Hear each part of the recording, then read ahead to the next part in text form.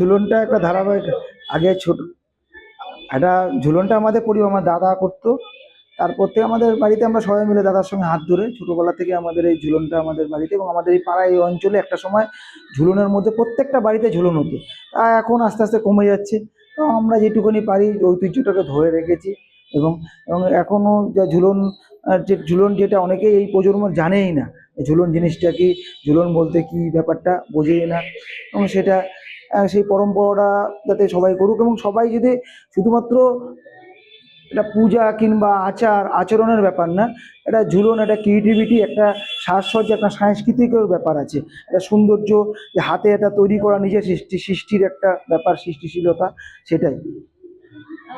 কে শুরু করেছিল এটা? আমাদের পরিবারে বাবা সবাই মিলে করতো একটা সময়। আমার দাদাও ছিল। আমার নাম প্রবীর দাস, দাদা পিনাকি দাস। হ্যাঁ, হ্যাঁ চালিয়ে গেছে। তো করতো, এবং বর্তমানে ও বাইরে থাকে। হ্যাঁ, এবং সবাই আসতো একটা, এবং এখানে একটা মেলবন্ধন ছিল আমাদের পাড়ার প্রতিবেশী সবাই মিলে, প্রত্যেকটা বাড়িতেই একটা ছিল। যেমন লোক এইটা সাজাতে এই বছর সেবার সময় পাইনি, অন্য অনেক কাজে ব্যস্ত ছিলাম, পাড়ার পুজো টুজো বিভিন্ন ব্যাপারে, সামাজিক সঙ্গে অনেক কাজে যুক্ত থাকি। এই রাতারাতি দু একদিনের মধ্যে সাজালাম। কতদিন ধরে এই সাজানো থাকবে? এটা তো থাকবে বৃহস্পতিবার অব্দি, রাখি পূর্ণিমা অব্দি থাকবে। না, প্রতিবার চেষ্টা করি নতুনত্ব করার, কিন্তু এবছর পুতুল পাচ্ছি না। এবছর পুতুলটা একটা ব্যাপার, পানিহাটিতে একজনই পুতুল আনে, তা সেই ব্যক্তি আনে এখনো, তিনি শখে, ব্যবসার থেকে শখে বেশিটা তার, যেটা তার থেকে কিছুটা আনলাম। সব পুতুল পাইনি, পুতুলটা এখন পর্যাপ্ত, এবং যত ঝুলনটা বাড়লেও পুতুলটাও বাড়বে, এটাই।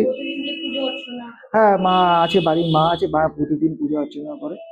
মেন হচ্ছে একটা সাজসজ্জা, যে বাচ্চাদের মধ্যে, নতুন প্রজন্মের মধ্যে ঝুলনের আগ্রহটা বাড়ুক, এবং ঝুলনটা এটা যে নতুন হাতে নিজের হাতে তৈরি করা, তার একটা ইসে। ধরো আমাদের এখনো যে প্রজেক্ট নির্ভর পরীক্ষা হচ্ছে, সেক্ষেত্রে প্রজেক্টের অনেক কাজ করতে হবে, এবং প্রজেক্টের জন্য বাচ্চারা তার মা বাবাও সময় পায় না, কিংবা অনেক প্রফেশনাল লোকের কাছে পয়সা দিয়ে প্রজেক্ট করায়। তা আমরা যে ঝুলন, রথ এইসব সাজাতে সাজাতে আমরা বড় হয়েছি, সেই সঙ্গে আমরা বিদ্যালয়ের যে প্রজেক্টগুলো হতো তখন তো ওয়ার্ক এডুকেশন, কর্মশিক্ষা, সেই কাজগুলো আমরা নিজেরাই করতাম, আমাদের কেউ করে দিত না। সেটাই এখন এই প্রজন্ম কমে যাচ্ছে। এটা যদি আবার বাড়ে, ঝুলনটা, রথ, এসব গান। আমি আমাদের ক্লাবে থাকতে আমি রথযাত্রা প্রতিযোগিতা, রথসজ্জা প্রতিযোগিতা করেছি। সবটাই ধর্মীয় ব্যাপার না, ধর্মীয় ব্যাপারটা অনেকেই, ধর্মীয় ব্যাপারের ঊর্ধ্বে গিয়ে এই কাজগুলো করতে হবে। ধর্ম থাকবে, ধর্মের জায়গায় ধর্ম আছে, কিন্তু তার সঙ্গে দাঁড়িয়ে এই ক্রিয়েটিভিটি কাজগুলো, এই সাংস্কৃতিক সুন্দর কাজগুলো, হাতের কাজগুলো আরো বেশি নতুন প্রজন্মের কাছে যাক। নতুন প্রজন্ম মোবাইলে আবদ্ধ হয়ে গেছে, তারা মোবাইলের আবদ্ধ থেকে বেরিয়ে গিয়ে এই জগৎটাও দেখুক।